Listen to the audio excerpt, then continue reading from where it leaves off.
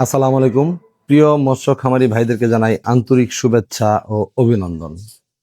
ভিডিওতে আমি রয়েছি জাতীয় মৎস্য হ্যাচারির স্বত্বাধিকারী রাজু আহমেদ। এখানে কিন্তু একটি কথা আমি বাদ দিয়েছি, সেটি হচ্ছে মৎস্য ডাক্তার। প্রিয় দর্শক, ডাক্তার হচ্ছে পড়াশোনা করে যারা মাছের সেক্টরে বা মাছের বিষয়ে যারা অভিজ্ঞতা অর্জন করেছে, মূলত তারাই হচ্ছে প্রকৃতপক্ষে ডাক্তার। তো আমরা যারা হ্যাচারি বিজনেস করি, আমরা কিন্তু আমাদের হ্যাচারিতে অনেক সময় প্র্যাকটিক্যালি ভাবে মাছের সেবা করে থাকি, যত্ন করে থাকি, ইনজেকশন করে থাকি, মাছের যে পেট টিপে ডিম বের করা, এগুলা আমরা করে থাকি। তখন আমাদেরকে অনেকেই ডাক্তার বলে থাকে। তো আসলে আমি এই বিষয়টাকে জানতাম না যে মাছের পড়াশোনা করে যে ডাক্তার হতে হয়, এই বিষয়টা কিন্তু আমার জানা ছিল না। আমি এই বিষয়ে অনভিজ্ঞ ছিলাম। তো এই জন্য অনেক সময় কিন্তু আমরা এই কাজটা, যে এলাকার মানুষ বলে ডাক্তার, তাই আমরাও ভিডিওতে অনেক সময় নিজেদেরকে ডাক্তার বলে পরিচয় দিই। কিন্তু আসলে আমরা কিন্তু ডাক্তার না, মানে পড়াশোনা করা ডাক্তার না, আমরা হচ্ছে প্র্যাকটিক্যালি ডাক্তার।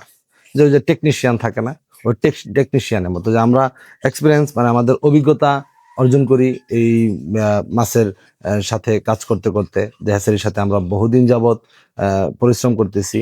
আর বিশেষ করে এই বিষয়টা আমি আরো জানতে পারছি যে আমাদের যে স্যার রয়েছেন, যে উপজেলা কর্মকর্তা মৎস্য অফিসার, উনি আমাকে এই জিনিসটা বলেছে যে না, আপনি এই কথাটা কিন্তু ডাক্তার, আপনি কোথায় পড়াশোনা করছেন, উনি আমাকে জিজ্ঞেস করছে। আমি বলছি যে না স্যার, আমি তো পড়াশোনা করেছি কিন্তু আমি মাছের উপরে পড়াশোনা করি নাই।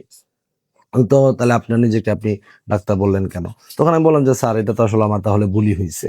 আসলে সত্যিকার অর্থে এই কথাটা বলাটা আমার ভুল হয়েছে। আর এই জন্য আমি নিজেকে এই কথা থেকে সংশোধন করার জন্যই আজকের এই ভিডিওটি। যে আমরা দেখা যায় অনেক সময় অমুক হ্যাচারি, প্রত্যেক হ্যাচারিতেই কিন্তু একজন দুজন ডাক্তার, সরি টেকনিশিয়ান থাকে। মানে এই দেখেন, মুখ দিয়ে কিন্তু ডাক্তারই বের হয়। কেন কেন বের হয়? কারণ এই যে সবাই বলে যে যে মাছ ইঞ্জেকশন দেয়, এটা একটা প্রচলিত একটা ইয়া হয়ে গেছে। যেমন ফার্মেসিতে যারা বলে যে আমরা ফার্মেসিতে যাচ্ছি, অনেকে কিন্তু বলে যে ফার্মেসিতে যারা ওষুধ বিক্রি করে তাদেরকে ডাক্তার বলে সম্বোধন করে। আসলে কি তারা আদৌ ডাক্তার?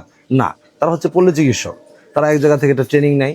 ট্রেনিং নেওয়ার পরে তারা কিছু মানে এই ওষুধ বিষয়ে কিছু অভিজ্ঞতা, জ্ঞান অর্জন করে, এবং কিভাবে মানুষকে ইঞ্জেকশন দিতে হয়, বা কিভাবে একটা মানুষের প্রেশার মাপতে হয়, বা কিভাবে একটা মানুষের ওই স্যালাইন ভরতে হয়, এই সমস্ত কিছু ট্রেনিং নেওয়ার পরে কিন্তু ওনারা নিজেদের, মানে মানুষ ওনাদেরকে ডাক্তার বলে। আর বলে কি ডাক্তার দোকান থেকে ওষুধ নিয়ে আসতেছি। ঠিক আমাদের গ্রামে এই কি সমস্যা, আমরা এগুলা এই হ্যাচারিতে ট্রেনিং নিয়েছি, যে আমরা বিভিন্ন মাছকে ইঞ্জেকশন দিয়েছি, বিভিন্ন মাছের পেটে থেকে আমরা ডিম বের করেছি, বা কিছু মাগুর মাছ কিন্তু পেট চিরে তারপর আপনার মেলটা বের করতে হয়। তো সেই মেলটা আবার ডিমের মাঝে না দিলে ডিম ফোটে না। তো এইভাবে কিন্তু আমরা নিজেদেরকে অনেক সময়, মানে মানুষও বলে, আর আমরাও কিন্তু এই জিনিসটা নিজেরা ভুল করি, যে না, আমরা নিজেদেরকে অনেক সময় খুব অভিজ্ঞতা সম্পন্ন, যে বই পুস্তকে পড়া ডাক্তার হিসেবে মানে মনে করতে থাকি। জি প্রিয় দর্শক, আজকের ভিডিওটি এজন্যই ধারণ করতেছি যে আসলে এই ভুল ধারণাটা যেন আপনারা আমার প্রতি না করেন, বা আমিও আপনাদের প্রতি উদারত আহ্বান জানাবো যে আসলে যদি আপনারা এরকমটি ভেবে থাকেন যে না, আমরা ওই যে পড়াশোনা করে যে একটা ডক্টর বা ডাক্তার এরকম, তো এটা ভুল। এরকম ভাববেন না প্লিজ। আমরা হ্যাচারি মালিক, হ্যাচারি মাছের সাথে আমাদের সুসম্পর্ক রয়েছে। মাছ আমরা উৎপাদন করতে সক্ষম, এবং আমরা মাছ উৎপাদন করতেছি, হ্যাচারির সাথে সম্পৃক্ত, বা এই মাছ নিয়ে আমরা বহুদিন যাবৎ কাজ কারবার করতেছি, এবং এই মাছ লালন পালন করতেছি, বা বিভিন্ন জায়গায় আমরা মাছ দিতেছি। তখন দেখা যায় কি, আমরা এইগুলা যে একটা প্র্যাকটিক্যালি যে একটা অভিজ্ঞতা, এটাকে আসলে ডাক্তার বলা হয় না, এটাকে বলা হয় টেকনিশিয়ান। আমার মনে হয় যে না, এটাও ভুল নাকি, এটাও আমি সঠিক জানি না। তো যাই হোক, যিনি যে ভদ্রলোক, যে অফিসার, যে স্যার আমাকে আজকে এই বিষয়টি মানে স্মরণ করিয়ে দিয়েছে, বা আমার এই ভুলটা ধরিয়ে দিয়েছে, আমি ওনার প্রতি চির কৃতজ্ঞতা জ্ঞাপন করতেছি। এবং আসলে আমি এই জিনিসটা কিন্তু বুঝতাম না এবং কি জানতাম না, যে এটাকে এটা যে অন্যরকম একটা মানে একটা বিষয়, যে ডাক্তার, যে আসলে অনেকে কিন্তু বলে এই হ্যাচারি ডাক্তার, ওই হ্যাচারিতে অমুক, ওই যে অমুক হ্যাচারিতে অমুকে ডাক্তারি করে, অমুক হ্যাচারিতে অমুকে ডাক্তারি করে, যে মাছে ইঞ্জেকশন করে। তা আমরা কিন্তু ওই সেন্স থেকে এই জিনিসটা কিন্তু বলেছিলাম। তো যাই হোক প্রিয় দর্শক, আমি সেটার জন্য আন্তরিকভাবে দুঃখিত, যে এটা এভাবে বলার জন্য, কারণ আমি জানতাম না, তাই আমি বলেছিলাম। আর মানুষ মাত্রই কিন্তু ভুল করে। তা আমিও তো একজন মানুষ, আমারও হয়তোবা না, সরি, এটা আমার ভুল হয়েছে, সেটা আমি সবলীলায় স্বীকার করতেছি। এবং আমি আরেকটি বিষয় আমি আপনাদের অবগত করতেছি যে বিভিন্ন সময় কিন্তু বিভিন্ন এলাকা থেকে আমাদের এখানে লোক আসে, যেমন নোয়াখালী থেকে আসে, চিটাগাং থেকে আসে, কুমিল্লা, কক্সবাজার, বিভিন্ন জায়গা থেকে আসে। তখন আমাদের কাছে পোনার স্যাম্পল দেখতে চাই।